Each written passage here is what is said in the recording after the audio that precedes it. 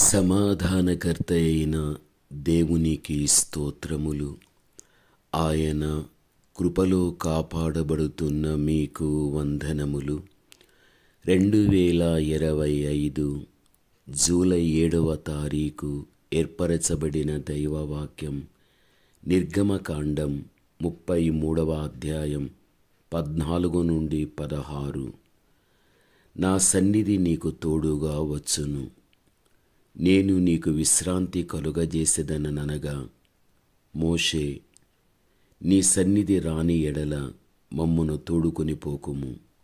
నా ఎడలను నీ ప్రజల ఎడలను నీకు కటాక్షము కలిగినదని దేని వలన తెలియబడును? నీవు మాతో వచ్చుట వలననే కదా. అట్లు మేము అనగా నేనును నీ ప్రజలను భూమి మీదనున్న సమస్త ప్రజలలో నుండి ప్రత్యేకింపబడుదుమని ఆయనతో చెప్పాను.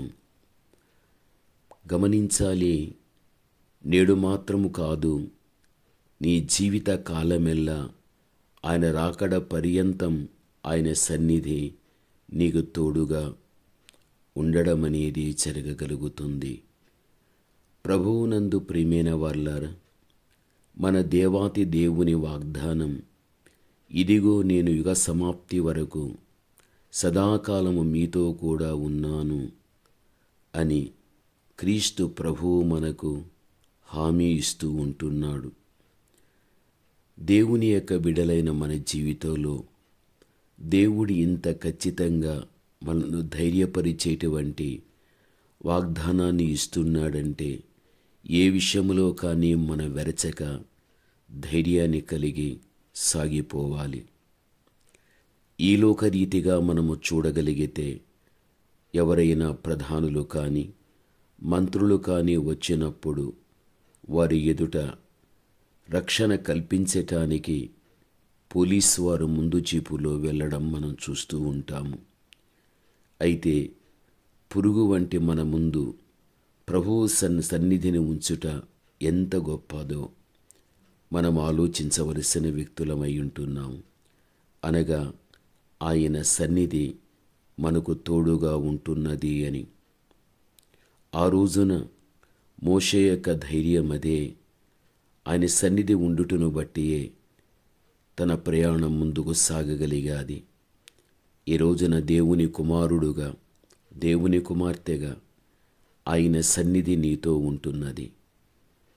నిజమే, ఆయన సన్నిధి నీతో ఉండుటను బట్టియే నీకు సంతోషము, ఆదరణ కలుగుచూ ఉంటున్నది.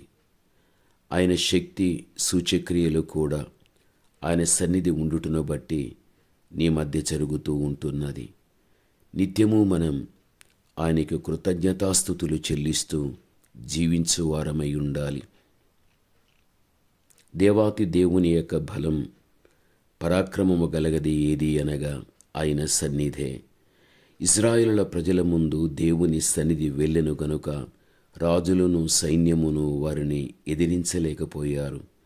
మోషే తన కర్రను చాపినప్పుడు ఎర్ర సముద్రము 2 పాయలైపోయాది. దేవుని సన్నిధి తోడుగా రాగలిగాది గనుక ఎండిన నేల మీద వారు చక్కగా నడిచి వారు వెళ్ళినట్టుగా మనం చూస్తూ ఉంటున్నాము. వారి ఎదుట గట్టిగా మూయబడిన ఎరికో గోడలు సహితం వారి స్తుతి కేక ద్వారా కూలిపోయాయి. ఆ రోజుల్లో, సూర్యుడా నీవు గిబియోనులో నిలువము, చంద్రుడా నీవు అయ్యాలోను లోయలో నిలువము అని యెహోషువ ఆజ్ఞాపించగా ఎన్నో కోట్ల టన్నుల బరువుగల సూర్యుడు నిలిచిపోగలిగాడు. దావీదు దేవుని నామమున బయలుదేరి రాక్షసుడైన గొల్యాతును చంపి ఫిలిష్తీయులను ఓడించగలిగాడు. దానియేలులో నుండి దేవుని సన్నిధి సింహముల యొక్క నోళ్లను కట్టివేసినట్లుగా మనము చూడగలము. అగ్నిగుండములో ఆయన సన్నిధి షడ్రక్, మెషక్, అబేద్నెగోలతో సంచరించి వారిని రక్షించగలిగాది. అందరూ కూడా మన వంటి స్వభావం కలిగిన మనుషులే. దేవుని సన్నిధి వారికి తోడుగా ఉండుటను బట్టి వారు అద్భుతములు, ఆశ్చర్య కార్యములను చూడగలిగారు. ఈ రోజున దేవుని కుమార్తెగా, దేవుని యొక్క కుమారుడుగా నీతో పాటు దేవుని సన్నిధి ఉంటున్నదని, ఆ సన్నిధి నీ కళ్ళ ఎదుటే ఎన్నో అద్భుతమైన ఆశ్చర్యకరమైన కార్యాలు తప్పనిసరిగా చేసి నీకు చూపించగలుగుతుందని, వాటిని అనుభవించగలుగుతావని ధైర్యం, విశ్వాసాన్ని కలిగిన వ్యక్తివిగా నీ ఉండలేదు. ప్రభువునందు ప్రియమైనటువంటి వారలారా, ఈ రోజుల్లో అనేక మంది జీవితాలలో సూచక్రియలు జరగలేదు. అనేక మంది జీవితాలలో చూడగలిగినట్లయితే వారు అనుకున్నటువంటి రీతిలో వారెక్కడ కానీ చూడలేకపోతూ ఉంటున్నారు. కారణం ఏమిటి అంటే, ఎక్కడో మనుషుల జీవితాలలో ప్రార్థన అనే లోపము ఉండుటను బట్టి, లేక ఎక్కడో దేవుని యొక్క దృష్టిలో ఆయనకు ఆశ్చర్యకరమైనటువంటి బలహీనతలు ఉండుటను బట్టి దేవుని యొక్క కార్యాలను చూడలేని పరిస్థితుల్లో ఉండడం జరుగుతూ ఉన్నది.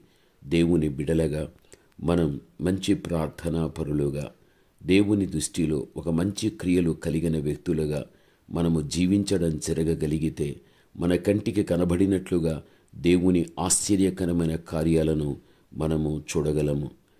గమనించాలి, మన దేవుడు గొప్ప బలము కలిగిన వాడు. మన దేవుడు పరాక్రమము కలిగినటువంటి దేవాతి దేవుడు.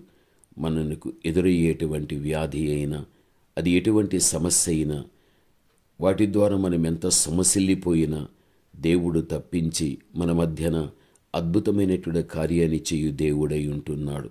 అందుకే లెమ్ము, నీ నడుము కట్టుకొనుము, నీకు ఇవ్వబడిన ఆత్మ వరములను ప్రజ్వలింపచేయుము. ఈ దినములలో నీవు దేవుని ఎడల ఆసక్తి గలవాడవై గొప్ప కార్యాలు చేయవలనని దేవుని వాక్య ప్రకారంగా మనము చూడగలిగినట్లయితే పరమతండ్రి అయినటువంటి దేవాతి దేవుడు మనను కోరుకుంటూ ఉంటున్నాడు. దేవుని బిడలైన మనం సామాన్యమైన వ్యక్తులం కానే కాదు. ఆయన విలువైన రక్తాన్ని ఆయన పెట్టి ఈరోజు మనల్ని కొన్నాడు. మనం ఆయన సొత్తై ఉంటున్నాము. అందుకే లెమ్ము అని అంటున్నాడు, నీ నడుము కట్టుకొనుము అంటున్నాడు. మనకివ్వబడినటువంటి వరములు ఏవైతే ఉంటున్నాయో ఆయన మహిమార్థకంగా వాటిని సద్వినియోగం చేసుకుంటూ మనం ముందుకు వెళ్ళగలిగిన వ్యక్తులమైనట్లయితే దేవుడు ఎవరో, ఆయన కార్యాలు ఎటువంటివో మనము గ్రహించగలం. ఇప్పటికే ఎన్నో మనము గ్రహించగలిగాం. ఇంకనూ దేవుడు మన జీవితంలో ఎన్నో కార్యాలు చేసి మనను ధైర్యపరిచి ముందుకు నడిపించగలడు. ప్రార్థన. పరమతండ్రి అయిన మా దేవ, ఘనమైన మీ నామమునకు స్తోత్రములు చెల్లిస్తూ ఉంటున్నాను. దేవా, మీ మాటలు వినుచున్న మీ బిడలతో ఎల్లప్పుడూ కూడా మీ సన్నిధి ఉండని, మీ సన్నిధి ద్వారా మీ బిడల పట్ల మీరు చేయబోయే కార్యాలు ఎంతో బిడలకు సంతోషాన్ని కలిగించని యేసు నామములో ప్రార్థిస్తున్నాము తండ్రి. ఆమేన్.